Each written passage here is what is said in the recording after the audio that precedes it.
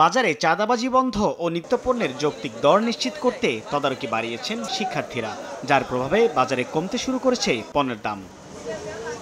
এক সপ্তাহ আগেও 1 কেজি ব্রয়লার বিক্রি হয়েছে 180 থেকে 190 টাকা, আজকের বাজারে 160 টাকা। কেজিতে 50 টাকা কমেছে দেশি ও লেয়ারের দামও। ডিমেও মিলেছে স্বস্তির আভাস।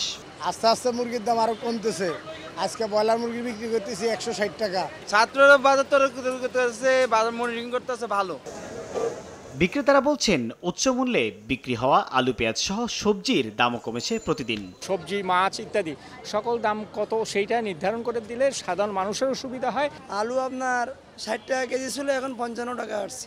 মেন জায়গা থেকে যে গাড়ি আসে ওই জায়গা থেকে একটা তালিকাভুক্ত করে দোকানে চার্ট দিয়ে দিলে আমার মনে হয় সবচেয়ে ভালো হয়।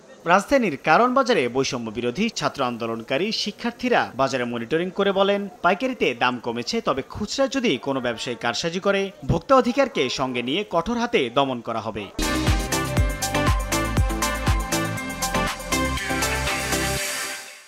3 দিন 4 দিন হলো আমরা কাঁচা বাজারে আছি, মূল্য আস্তে আস্তে কমছে। এখনো আগের মূল্যেই তাদের পণ্যগুলো বিক্রি করতেছে, তখন আমরা ভোক্তা অধিকার মানে সাধ্যের সাহায্য নিয়েই তাদেরকে ধরিয়ে দেওয়ার চেষ্টা করব। এ সময় জাতীয় ভোক্তা অধিকার সংরক্ষণ অধিদপ্তরের সহকারী পরিচালক আব্দুল জব্বার মণ্ডল বলেন, বিভিন্ন কালারের লাইট ব্যবহার করছে ব্যবসায়ীরা, তা বন্ধ করতে হবে, এতে ভোক্তারা প্রতারিত হচ্ছে। আমরা দেখতে পাচ্ছি যে 8-10 টাকা ক্ষেত্র বিশেষে 15 টাকা করে কমেছে কেজি প্রতি। যেহেতু পথে পথে যে টাকা পয়সা তাদের হিডেন কস্টগুলো ছিল, যেগুলো আমাদের মহাপরিচালক মহোদয় বলে থাকেন, সেই হিডেন কস্টটা দেওয়া লাগছে না, ফলে দাম তুলনামূলক একটু কমেছে। শিক্ষার্থীদের বাজার তদারকি অব্যাহত থাকলে দাম আরও কমবে বলে প্রত্যাশার কথা জানাচ্ছেন ক্রেতারা। সাইফুল ইসলাম, সময় সংবাদ, ঢাকা।